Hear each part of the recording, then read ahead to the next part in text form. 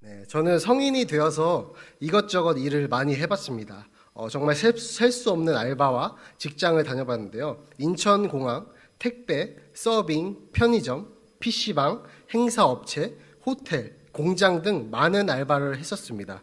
그런데 항상 알바나 일을 할 때마다 느끼는 것이 있습니다. 뭐냐면 언제나 항상 상대하기 어려운 사람, 상대하기 싫은 사람들이 있었다는 것입니다. 그런 사람들은 모두가 대하기 어려워했습니다. 그런 분들은 항상 자기의 주장이 맞습니다. 또한 어떤 주제든 정치, 경제, 사회, 스포츠 등 어떤 주제가 나와도 자기의 주장이 맞고 모든 것을 알고 있는 듯한 말로 항상 말은 하곤 했습니다. 항상 감정적이셨고 쉽게 분을 내고 사과는 절대 하지 않으셨습니다. 처음에 저도 사회생활 경험이 없었을 때, 지혜라는 것이 없었을 때 저도 같이 분노했습니다. 맞받아치기도 하고 싸우기도 하고 이에는 이 눈에는 눈이라는 마인드로 그 사람들을 대했던 것 같습니다. 근데 이러한 성향의 사람들을 대하는 지혜가 저에게도 생겨났고 자라나기 시작했는데요. 이제 전에 사역했던 교회의 이야기입니다. 그러한 분이 역시나 계셨습니다. 제가 사역을 처음 시작하고 너무나 마음에 어려움을 주던 분이셨습니다. 모두들 그분을 대하는 것을 어려워했습니다. 교회니까 더 어려웠겠죠? 품어주고 소망 없어 보여도 소망을 가져야 줘야 하잖아요. 처음에는 정말 이해가 가지 않았습니다. 왜 저렇게 행동하시지? 왜 저렇게 일을 하시는 거지? 라는 생각이 가득했고 조금씩 분노도 났지만 제가 사역을 하면서 조금씩 성화를 겪어가면서 그분을 받아들일 수 있게 조금씩 변해갔습니다. 저는 드디어 뭘 깨달았냐면 그 집사님 사용법을 깨달았습니다. 사용법이란 설명서 같은 것이죠. 저는 그분의 감정적인 모습에 감정적인 모습으로 받아치는 것이 아니라 그분을 이해할 수 있는 그분의 설명서, 사용법을 깨닫게 된 것입니다. 사실 너무나 간단했습니다. 그분에게는 인정과 관심이 핵심이었습니다. 그분이 교회에서 섬기시는 그 모든 사역에 대해서 인정해드리고 관심을 먼저 가져드리고 그리고 가장 중요한 한 가지가 있었습니다. 따뜻한 라떼 한 잔을 먼저 드리는 것이었습니다. 어느 브랜드는 상관없습니다. 따뜻한 라떼 한 잔을 먼저 대접한다면 그 순간부터 저는 그분과 일심동체가 될 수 있었던 것입니다. 그 후로는 그 집사님의 양아들이 되었습니다. 처음에 모든 분들에게 까칠하게 대하지만 저에게만큼 너무나 따뜻하게 대해줬습니다. 저랑 이제 같이 사역하던 전도사님이 계셨는데 제 친구였습니다. 또래겠죠. 이제 그분도 그 집사님과 갈등을 겪게 되었는데 엄청나게 혼났습니다. 이 전도사님은. 엄청나게 혼났는데 사실 그 실수를 저도 똑같이 했습니다. 그러니까 뭐 미리 말을 해야 되는데 말을 하지 않은 것이죠. 근데 사실 저도 말은 안 했어요. 그래서 같이 혼나야 되는데 우리 친구 전도사님은 너무나 크게 혼나고 저는 그 집사님께서는 그럴 수 있지 하고 넘어가셨습니다. 완전 일심동체가 되어버린 것이죠. 근데 이것이 단순하게 비율을 맞추는 것과는 조금 다릅니다. 조금 다른 결을 갖고 있습니다. 저는 이 사용법을 통해서 집사님과 함께 교회의 사역을 바르게 끌어갈 수 있었다는 점에서 비율을 맞추는 것과는 다르다고 생각합니다. 이것처럼 저는 적어도 교회에서만큼은 서로의 날선 모습이 아니라 자존심 싸움을 하는 것이 아니라 서로의 사용법을 익혀야 한다고 생각합니다. 서로의 모습에는 설명서가 적혀 있습니다. 누구나 적혀 있습니다. 그 사람에게 관심을 쏟으면 그 사람의 사용 설명서가 보이게 됩니다. 그것을 바탕으로 우리는 서로 품어주고 서로 덮어주는 모습이 교회여야 한다고 생각합니다. 그렇다면 제가 그 집사님의 사용법을 알게 된 것처럼 저 또한 누군가에게 무조건 나는 이렇게 사용해야 합니다 라고 말하고 있을 거란 말이죠. 제가 전에 사역했던 그 원로 목사님과는 손주 같은 관계입니다. 할아버지 나이대는 아니지만 제가 항상 할아버지라고 생각하고 이제 마지막 떠나올 때는 그냥 할아버지라고 불렀습니다. 할아버지 저 가는데 어떻게 해야 됩니까? 근데 우리 원로 목사님께서는 항상 처음부터 제가 사역을 처음 시작할 때부터 떠나오는 날까지 똑같은 말을 했습니다. 너가 남을 판단하고 생각하는 것처럼 모든 사람은 너를 판단한다. 항상 겸손해라 라고 하셨고 죽을 때까지 착한 척, 그 본래 모습을 들키지 말고 착한 척을 해야 한다고 하셨습니다. 자신은 항상 그것을 안 들키고 잘해왔다고 하면서 항상 말하셨습니다. 그것처럼 우리는 모두 다 예외 없이 남에게 간파를 당하고 있다는 것이죠. 그럼 성도 여러분들은 타인의 사용법이 아니라 자기 자신의 사용법을 알고 계신가요? 나 사용법, 나에 대한 설명서를 알고 있으신가 하는 문제입니다. 이것은 우리의 정체성과도 관련이 됩니다. 우리는 우리가 누군가를 정확하게 알아야 하나님께서 우리 개개인마다 특성을 살려서 아주 상세하게 적어 놓으신 우리의 진정한 사용법을 알 수 있다는 것이죠.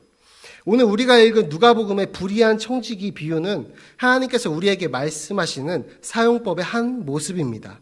누가복음에서 하나님은 은혜의 원리에 대해서 설명해 줍니다. 은혜의 원리. 은혜를 받은 우리가 어떻게 반응하면서 살아야 하는지 보여준다는 것입니다.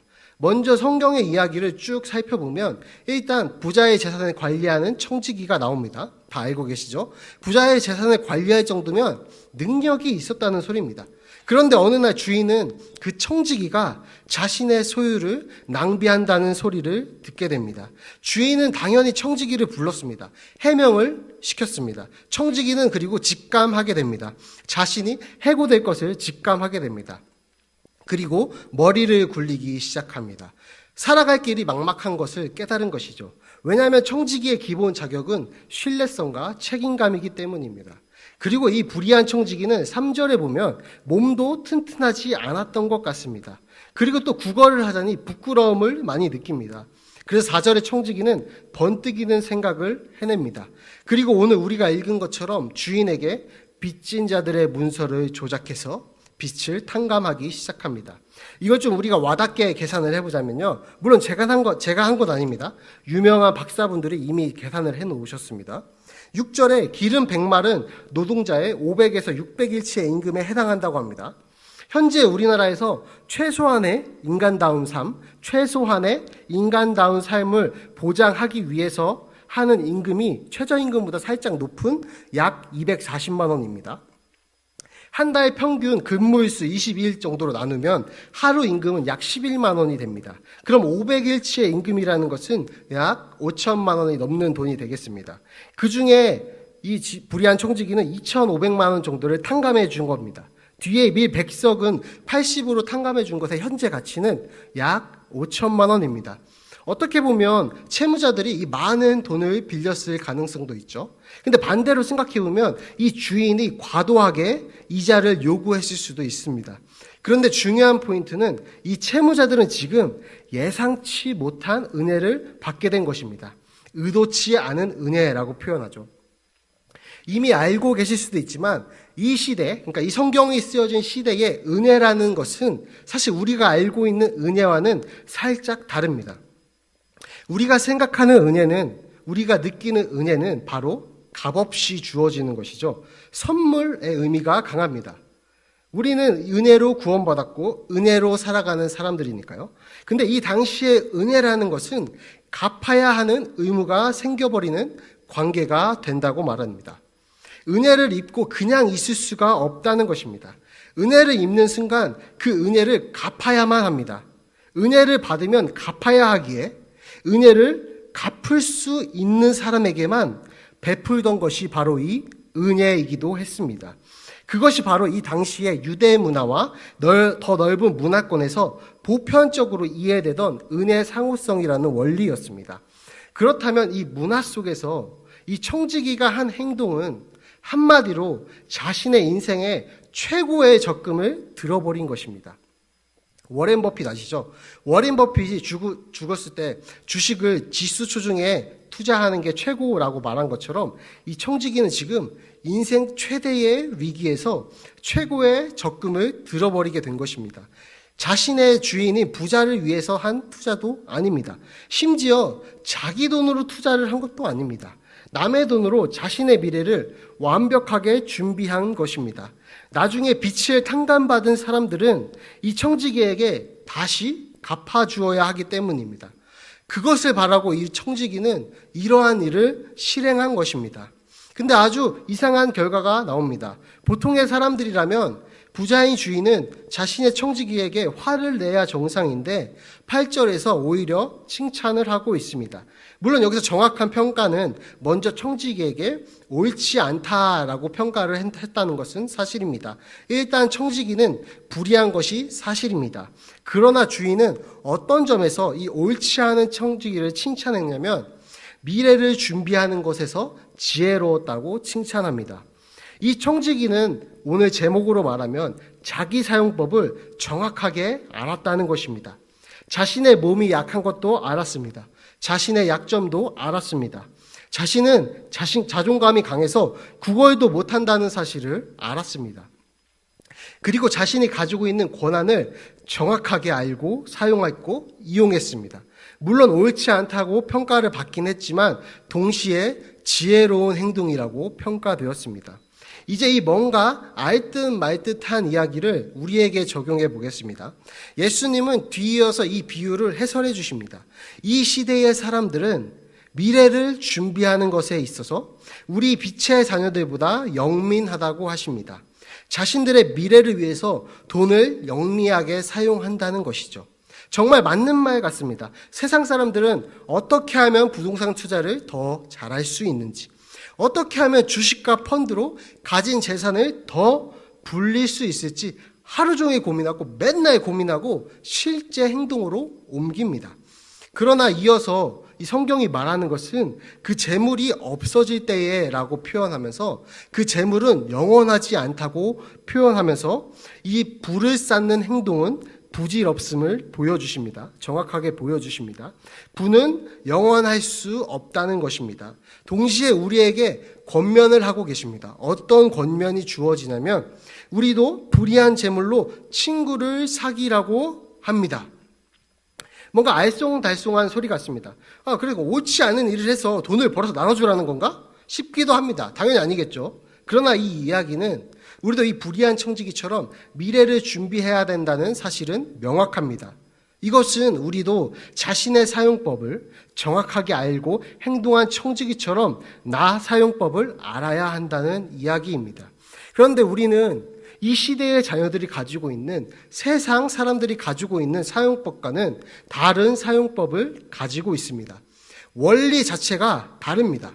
그래서 길게 풀어왔는데 이제 이야기 드릴 것은 하나님의 자녀된 우리의 사용법은 무엇인가입니다. 그것은 우리를 구원한 은혜의 원리와 같습니다.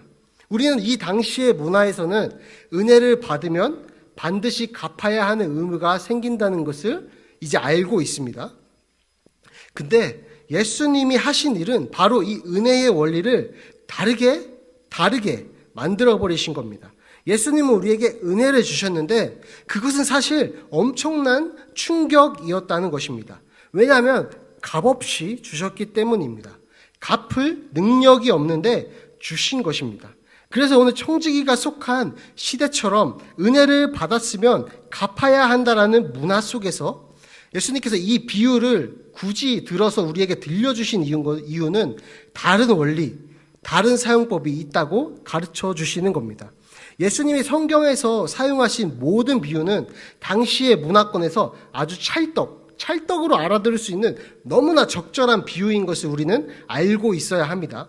그래서 일단 이 문화대로라면 우리도 어떻게 해야 되냐면 갚아야 합니다. 근데 이 엄청난 은혜를, 사망에서 건지신 그 은혜를 우리는 갚을 방법이 없습니다. 아무리 부자라도 갚을 수 없습니다. 이것은 아무리 능력이 많아도 갚을 수 없습니다. 그렇기에 우리 안에 다른 것이 자라나기 시작합니다. 우리 안에 다른 원리가 작동하기 시작합니다. 기브 앤 테이크가 아닌 다른 원리가 작동하기 시작한다는 것입니다. 그것은 자연스러운 반응으로, 너무나 자연스러운 반응, 기꺼이라는 의미로 나타나기 시작합니다. 그래서 우리의 마음에 어떠한 변화가 생기냐면 먼저 그 은혜에 저절로 겸손하게 됩니다. 한없는 은혜를 마주하니 우리의 마음이 저절로 겸손해지는 겁니다. 그래서 그 은혜에 조금이라도 반응해보고자 몸부림치게 됩니다. 그것이 바로 마태복음에서 거저 받았으니 거저 주라 라는 실천을 우리 삶에서 조금씩 할 수 있게 변화된다는 것입니다. 다시 말하면 하나님은 우리에게 은혜를 받으면 갚아야 한다는 의무가 생긴다라는 문화 속에서 청지기에 대한 비유를 들려주신 것은 우리도 마땅히 갚아야 하는데 그럴 능력도 없고 할 수도 없다는 것을 깨닫고 우리가 반응하길 원하시는 것입니다. 한없는 은혜에 우리는 얼마나 철저하게 무능한 존재인가를 깨닫는 것입니다. 그 은혜가 얼마나 큰지 깨닫고 삶을 살아가는 방식이 자연스럽게 변화되길 바라시는 것입니다. 그것이 우리에게 원하시고 있는 것입니다. 어떤 반응을 원하시냐면 자격 없는 나에게 내려주신 구원의 은혜, 그 은혜에 대한 반응으로 우리의 마음이 이웃에게 퍼져나가기를 원하신다는 것입니다. 물론 우리가 이웃에게 퍼준다고 해도 그 구원의 은혜를 갚을 수는 없지만 갚을 수 없기에 더욱더 겸손한 마음으로 그저 베풀면서 조금이라도 따라가려고 노력하는 모습이 저절로 나오게 된다는 것입니다. 내가 받은 은혜는 철저하게 하나님으로부터 온 것이니 그것을 나만 누리고 내가 쥐고 있는 것이 아니라 자연스럽게 흘러보내는 삶의 모양이 나온다는 것입니다. 그것이 바로 말로 다 할 수 없는 구원을 경험한 우리 인간이 마땅히 하나님 앞에 가져야 할 반응이라는 것입니다. 도움을 받은 우리는 하나님의 선물에 감사하면서 또 다른 이웃에게 호의를 베풀고 받기를 기대하지 않게 된다는 것입니다. 기브 앤 테이크가 당연시 되는 현대 시대도 이 청지기의 시대와 다를 바 없다고 생각합니다. 심지어 부부 사이에서도 연인 사이에서도 내가 이만큼 해줬으니 너도 이만큼 해줘라는 것이 너무나 심각합니다. 저는 여기 계신 분들은 잘 와닿지 않을 수 있지만 요즘 젊은 부부들 사이에서는 반반이라는 것이 굉장히 민감한 이슈입니다. 모든 집안일을 정확히 반반. 심지어 자신의 아내와 남편이 버는 소득에 따라서 집안일을 나누기도 합니다. 비례제죠, 비례제. 정말 완벽하게 나누려고 하는 그 이기심이 작동하고 있습니다. 내가 양말 4개를 빨았으니 나는 4개만 건조기 돌리겠다. 내가 아기를 4시간 돌봤으니 너도 4시간 돌봐라 하는 것이 진짜 현실입니다. 저희는 그렇지 않습니다. 저희는 아주 평화롭게 성경적인 가정을 이뤄가고 있습니다. 네. 그런 상황 속에서 우리 그리스도인들은 이제 다른 사용법을 갖게 되었다는 것입니다. 그리고 그 사용법이 유일하게 이 세상에서 하나님의 은혜를 순환시킬 수 있는 힘이라는 것입니다. 저는 오늘 청지기의 비유가 비단 돈에만 해당한다고 생각하지 않습니다. 우리가 사는 이 현대 사회는 돈을 베푸는 것보다 마음을 베푸는 것이 더 어려운 사회가 되었습니다. 다들 아시겠지만 어려운 사람을 보면은 돕지 않는 것이 상식이 된 사회입니다. 어려운 사람을 보면 건들지 않고 그냥 놔두는 것이 나에게 손해가 되지 않기 때문에 그게 더 현명한 사람이 된 현실입니다.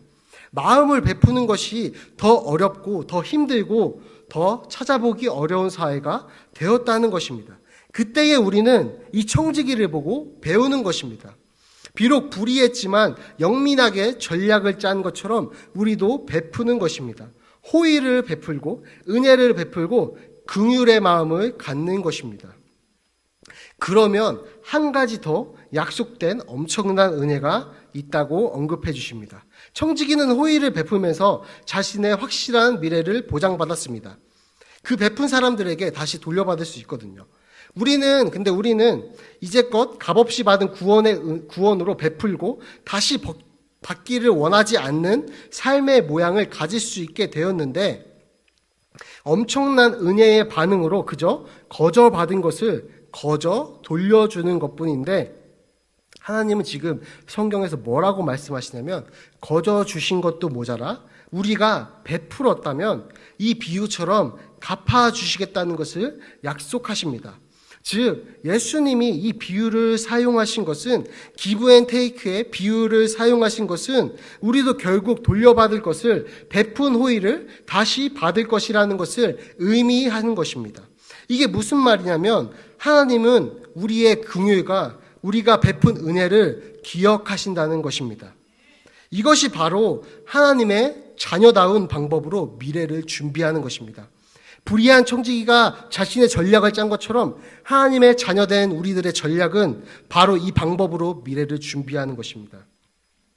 우리가 그리스도인만의 특별한 사용법으로 제대로 기억하고 사용한다면 하나님은 우리들의 그 베푼 것들을 다 기억하신다는 것입니다. 그리고 우리가 도움을 준 사람들이 우리에게 갚아주는 것이 아니라 하나님께서 직접 기억하시고 직접 갚아주신다는 것입니다.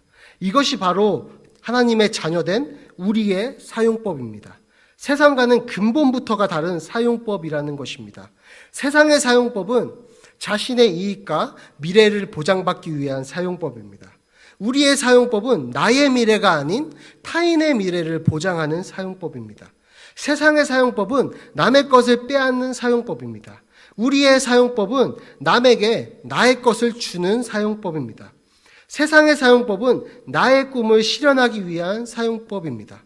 그러나 우리의 사용법은 타인의 꿈을 실현하기 위한 사용법입니다. 이 터무니없고 말이 안 되는 것처럼 어려워 보이는 우리의 사용법은 말이 안 돼 보이기 때문에 그래서 우리의 힘으로 할 수 없음을 알게 됩니다.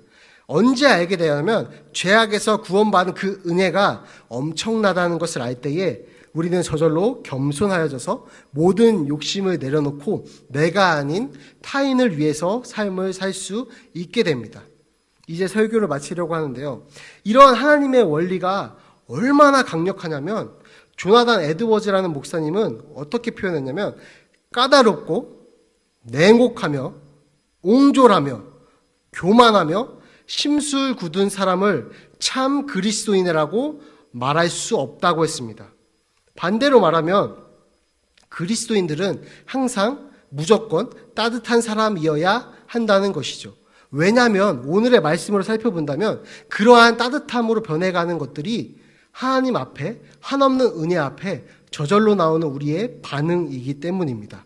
물론 정도의 차이는 있습니다. 나의 성향상, 내가 겪어온 삶의 환경상 그게 쉽지 않을 수 있습니다. 당연합니다. 어떤 사람은 쉬울 수 있고 쉽지 않을 수 있습니다. 정도의 차이는 있습니다. 그러나 이 조나단 에드워즈가 말하는 것은 단 1g이라도, 단 1%라도 우리는 어제보다 더 사랑이 커져야 한다는 것입니다.